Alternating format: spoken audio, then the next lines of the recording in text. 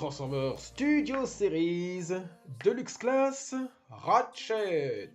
Donc, nous voici avec le packaging qui représente donc du coup Ratchet en artwork, nous indiquant que c'est le numéro 82 de la gamme Studio Series, que c'est un Autobot tiré du film Bumblebee.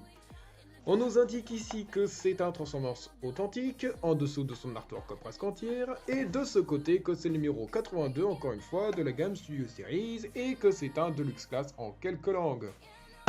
Au dos de la boîte, nous avons donc la représentation de la figurine Ratchet en mode robot et véhicule, se transformant en 22 étapes dans les deux sens, ainsi que son descriptif, que l'on retrouve ci-dessous. Donc, nous voici avec Ratchet en mode robot, et donc, entre guillemets, dans son apparence d'origine.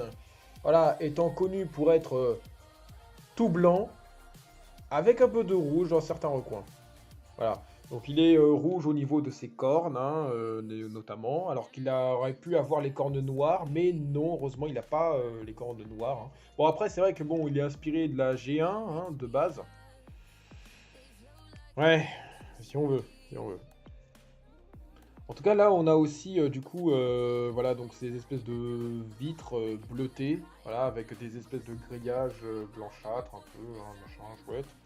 Logo Autobot tatoué au niveau du trapèze. Et puis, bien sûr, ben, le pare-choc qui lui sert d'abdomen, voilà, avec la peinture rouge, voilà.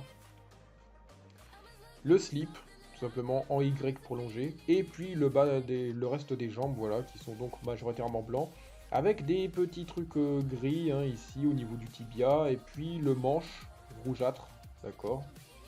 Et puis on a, idem, des endroits où c'est peint en gris aussi, puisque c'est censé être gris comme tel, au niveau des bras, voilà, vous voyez. Donc ensuite, alors à ce qu'il paraît, avec ce Ratchet là, il faut être assez prudent parce que la peinture blanche a tendance à jaunir au fil du temps, paraît-il. Hein. Et même à se dégrader si jamais ça rentre en contact avec le soleil carrément ou simplement les rayons de soleil. Mais bon, de toute façon, là où il est rangé, normalement il risque rien. Donc, quoi qu'il en soit, on a du coup des yeux bleus transparents comme c'est... comment ça s'appelle? Comme la vitre qui lui sert de torse, enfin de chest plus exactement, puisque on a du coup le crâne qui est lui-même bleu transparent. Ils ont recommencé leurs âneries qu'ils avaient fait depuis la gamme Dark of the Moon, c'est... Bon, ça marche à peu près bien hein, en tout cas, hein, mais bon, c'est vraiment pas nécessaire. Hein. En tout cas, les yeux, on voit qu'ils sont bel et bien bleus, hein, mais bon, voilà. Et on a aussi du coup ben, ses épaules qui sont entre guillemets bel et bien plats, de face, de haut, de dos. Et par contre de profil, par contre voilà, bon bah c'est large, hein, effectivement, ça a l'air large, c'est sûr. On aurait pu avoir minimum cette partie-là qui serait grise, mais bon, en même temps, ils avaient peut-être un petit doute. Mais bon, pourtant, pour créer la figurine, ils avaient le modèle 3D devant eux à l'écran, peut-être, ça se trouve. Mais non, non, non. Bon, bref, quoi qu'il en soit, on a donc du coup le dos qui est quand même sacrément bien détaillé. Mais bon, faut pas trop en demander hein, pour ce qui concerne les finitions, hein, parce que là, franchement, le problème principal avec ce Ratchet, c'est que il est, euh, il est en manque de finition, c'est sûr, mais il est également creux, parce que là, comme on peut voir, on peut pas vraiment dire qu'il est démolé. Hein. Et même là, hein, au niveau des avant-bras, c'est creux aussi, voilà. Mais c'est fait exprès de toute façon pour que la main se range dedans en mode véhicule et se déploie en mode robot. Idem pour ce qui concerne du coup le creux qu'il y a au niveau des cuisses, enfin des jambes plutôt, enfin des mollets, voilà. Pour que toute la jambe s'enroule pour ainsi, enfin pour le mode robot. Et que ensuite ça se déploie dans tous les sens pour le mode robot aussi. Ah bon, voilà quoi. Alors, la chose que je m'étais posée comme question, c'est comment ça se fait qu'on retrouve les roues, les 4 roues ensemble côte à côte au niveau des jambes. Eh bien, au côté interne, on a du coup le droit à des vraies roues, et au côté externe, c'est des fausses roues, en fait. Voilà. Les autres vraies roues, du coup, ils sont enfouis de manière totalement discrète. Contre... Enfin, sous les côtes. Voilà. Bien cachés, hein, en tout cas. Ils sont bien camouflés. Hein. Donc voilà dans l'ensemble. Voilà, du coup.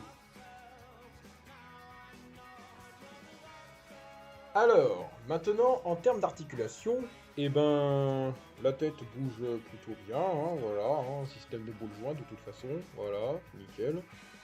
Voilà, donc c'est nickel. Maintenant, articulation au niveau des épaules, voilà, qui se soulève comme ceci, qui fait quand même la pirouette comme ceci, voilà, hein, en l'occurrence, voilà. Et après quoi, on a articulation au niveau ici, là, niveau biceps, coude, voilà, poignet. Alors la main, elle est censée être rouge hein, de base, hein, normalement.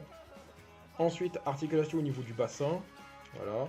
Articulation au niveau des jambes, voilà. Donc JCVD, là cette fois-ci, il le fait très bien. Voilà. Alors, la figurine est très wiggly, hein. Je sais pas trop comment dire ça vraiment.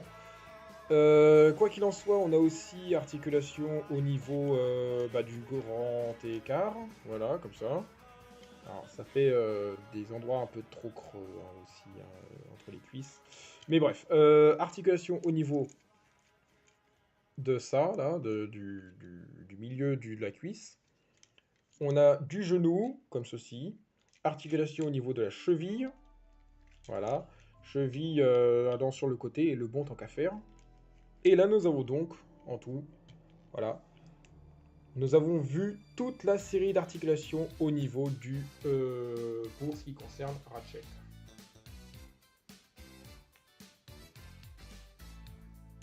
Comparaison du coup avec Brown, B127 et Wheeljack. Donc là, on s'aperçoit qu'on a carrément affaire directement aux frères Dalton, entre guillemets. Car voyez-vous, on a du coup Joe, le plus petit, et Alfred, ou Alfred, le plus grand. Et puis les deux autres, hein, William et je ne sais plus que le nom du dernier. Mais voilà quoi.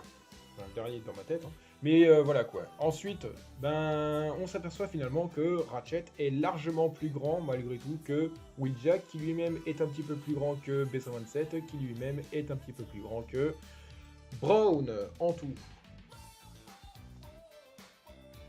Donc voilà pour cette fameuse comparaison là.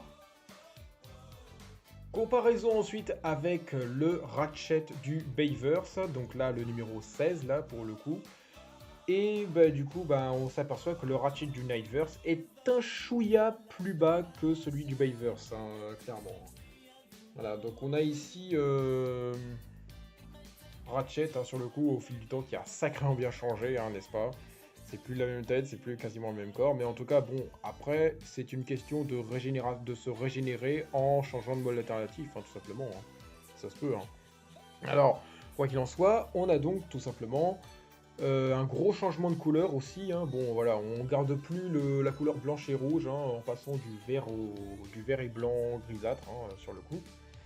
En tout cas pour ce qui concerne Dark of the Moon, en tout cas. Là très franchement, on a quand même affaire au plus grand Deluxe hein, de ce point de vue là. Bon, malgré tout, le plus grand c'est tout de même lui, ce Ratchet là. Même si, bon, il le rattrape un petit peu, hein, ce fameux Ratchet-là, hein, qui est un peu plus bulky, hein, d'ailleurs, en tout cas. En termes d'accessoires, il est donc accompagné de son fameux blaster, voilà, qui est j'ai l'impression, un peu plus solide et plus robuste que celui de Brown, encore. Voilà, donc on a du coup le peg cubique, voilà, qui vient se cramponner contre le dos grâce à ce trou rectangulaire. Comme ceci, voilà. Et donc là, nous avons affaire à un stockage encore plus génial. C'est juste un peu dommage qu'ils ne se sont pas arrangés en faisant en sorte à ce que le bout du gun se dirige bel et bien vers le sol et non pas vers le ciel.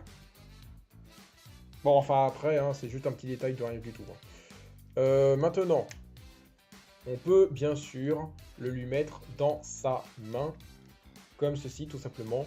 Mais par contre, on peut pas le lui faire porter dans ses deux mains, comme avec Brown, parce que le chest prend trop de place. Voilà. Bon. Mais c'est juste un petit détail de rien du tout, hein, du chipotage. Hein. Ok, alors maintenant, on va passer à la transformation. Et donc, pour ce faire, on va commencer par déployer les bras, enfin déjà celui-là, et ranger la main dedans. Ensuite, on fait pareil de l'autre côté. Voilà. Bon, après quoi, on rabaisse. Ensuite, on soulève le couvercle que voici, en faisant passer la tête par en dessous. Et le panneau dorsal, qu'on ouvre comme ceci. Un instant comme celui-là, hein, voilà. Et on déploie le tout ensemble, comme ceci. Et bien sûr, le panneau dorsal qu'on remet en angle à l'instant. Et là, ensuite, on va pouvoir passer à l'action en décrochant la cabine, comme ceci, donc.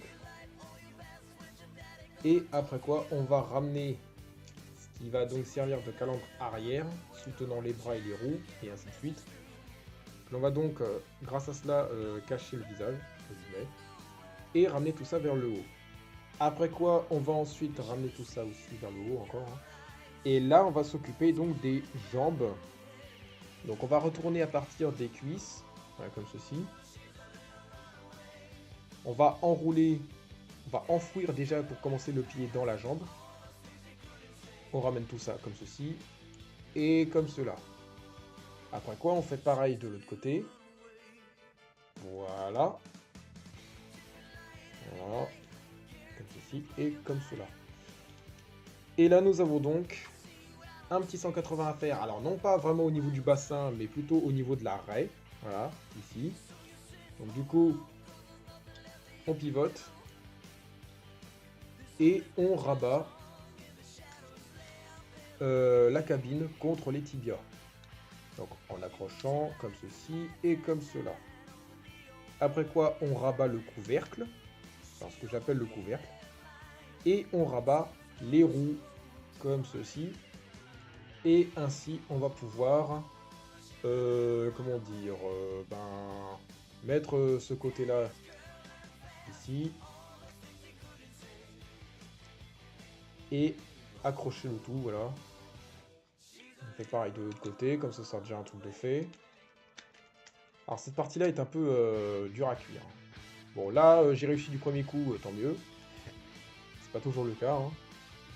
Ensuite, on va ranger les avant-bras comme ceci. Et comme cela, en les accrochant contre les dessus de pied, là. Et refermer les panneaux, voilà, dorsales, comme si c'était des portières. Voilà. Voilà. Et là, nous avons donc Ratchet en mode véhicule.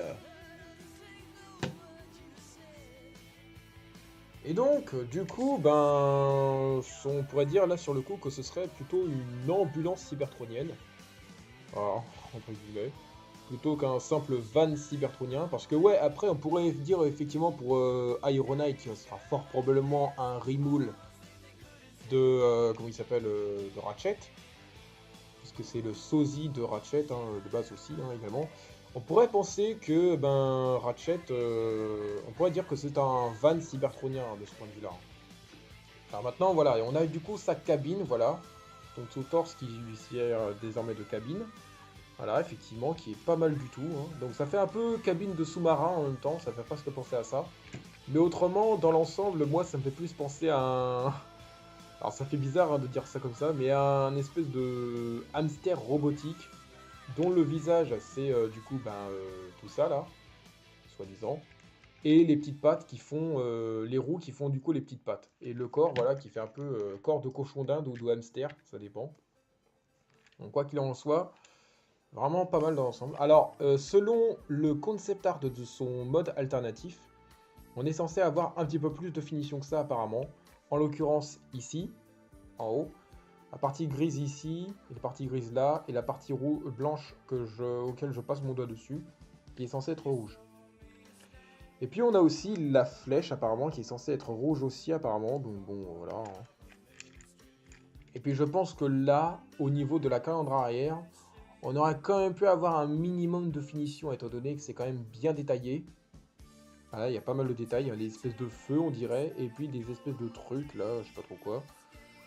Bon, ça reste à voir, hein. On pourra de toute façon se renseigner sur le personnage et sur sa version oversizée là, qui s'appelle Shock Warrior machin. Et du coup, ben voilà quoi, on peut effectivement raffignoler un petit peu plus de finition que cela. Quoi qu'il en soit, il roule très bien. Plutôt compact hein, selon son undercarriage. Voilà. En l'occurrence. Voilà pour tout ça. Comparaison en tout cas avec Brown. Voilà. Qui est dans l'ensemble de la même taille que, comment il s'appelle, que Ratchet. Même longueur, me semble-t-il. Oui, voilà. Enfin, à peu près en tout cas. Hein. Et aussi, même largeur, non? Ouais, plus ou moins. Voilà en tout, ce que ça donne. Avec Wheeljack, dont là on s'aperçoit que le blanc est un peu au même degré. Là on a vraiment clairement et très clairement du blanc vif. Tandis que là on a du blanc cassé, ou plutôt du blanc crème, hein, je dirais plutôt. Simplement. Et pour ce qui concerne le rouge, hein, on a un rouge un petit peu plus vif, entre guillemets. Et là on avait un rouge un peu foncé, enfin à partir du toit en tout cas. Et bon, bah, voilà ce que je peux y dire de plus. Hein. Et on a étrangement la même largeur pour les deux véhicules, en l'occurrence. Et quoi qu'il en soit, ben, en termes de hauteur, il n'est pas si haut que ça, hein, finalement, Ratchet, hein, sur le coup. Comparaison ensuite avec Cliff Jumper, dont ça revient pratiquement au même qu'avec la comparaison avec Wheeljack.